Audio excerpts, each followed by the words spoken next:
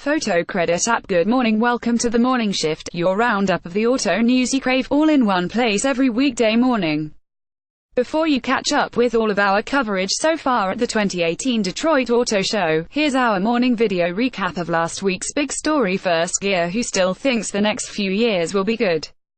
The auto industry closed out 2017 with a slight decrease in sales, but there's still some observers who believe that, thanks to a better economy and a tax cut that'll increase someone's take-home pay by a couple bucks, everything's going to be just fine. Because a marginal increase in one's pay is what compels them to go out and buy a new car. Anyway, we've long tried to stress how this seems highly implausible for a litany of reasons, and now the New York Times has dared what could charitably be described as a knockout blow, pending how this year shapes out.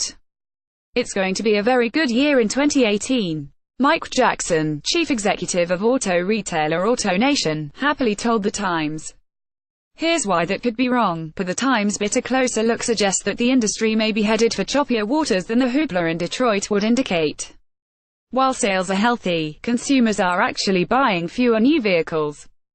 Purchases by individual customers at dealerships, known as retail sales and considered the most accurate reflection of demand, declined slightly in both 2016 and 2017. Some automakers are offsetting lower consumer purchasing by selling more cars to fleets like rental car companies.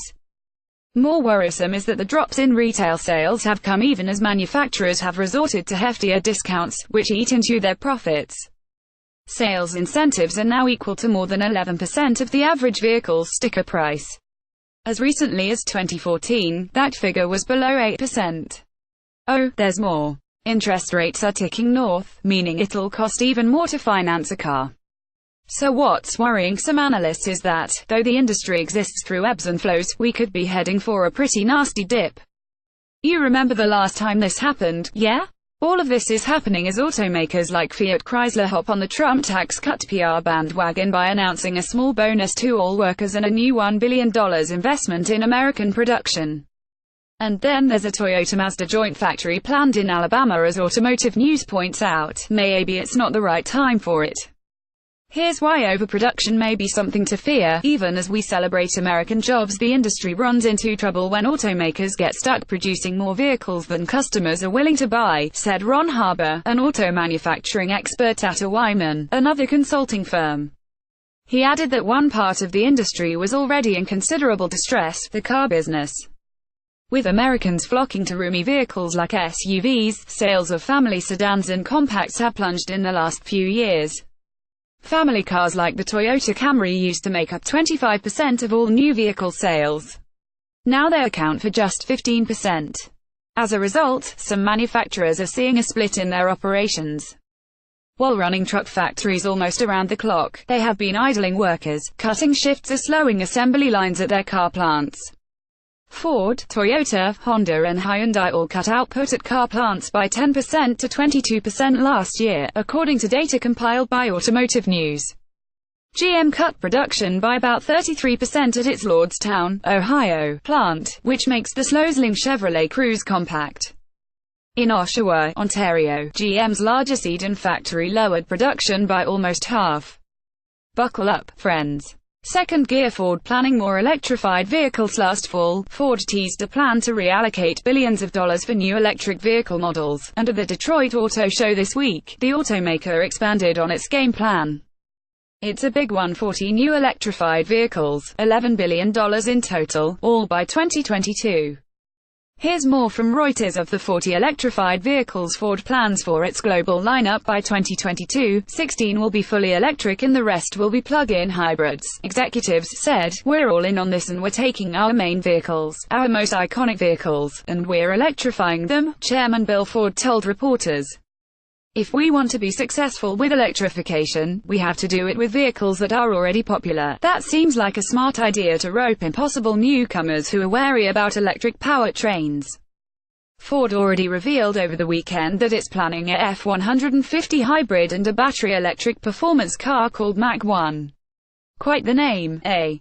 Third Gear. Diesel sales slumping and could cost jobs in the UXA. Everyone's snapping up big trucks and crossovers in the US, but across the Atlantic, thousands of jobs in the British car industry are at risk, reports The Guardian, thanks to tax increases and negative publicity from you know fart. According to sources, executives are preparing for redundancies, with the rush to embrace electric vehicles adding to the pressure on diesel. Last year, sales of diesel-powered vehicles in the UK plummeted by 17.1% to just over 1 million. One industry source said the focus on electric, allied to a recent tax increase on diesel cars, poses a serious threat to a vehicle type that accounted for nearly 38% of car sales in 2017. It's created a cliff edge for diesel. Diesel should have been phased out and electric phased in. Our government has tightened the noose with a duty increase on diesel vehicles in the budget. The government should have realized this was not good for employees. In the short term, it will create unemployment. The industry employs about 169,000 people, according to the news publication, but that number could be trimmed in the coming years. Part of that has to do with Volkswagen's decision to blatantly lie about installing defeat devices in cars to skirt diesel emissions tests. As one unnamed source put it to The Guardian, there's a sense of alarm right now as the industry shifts toward more electric vehicles. It's going to be a difficult ride. Fourth Gear Martian sees a future in EV. Sergio Martian, between actively seeking a new suitor for FCA and planning his retirement next year, sat down with Bloomberg ahead of this week's auto show.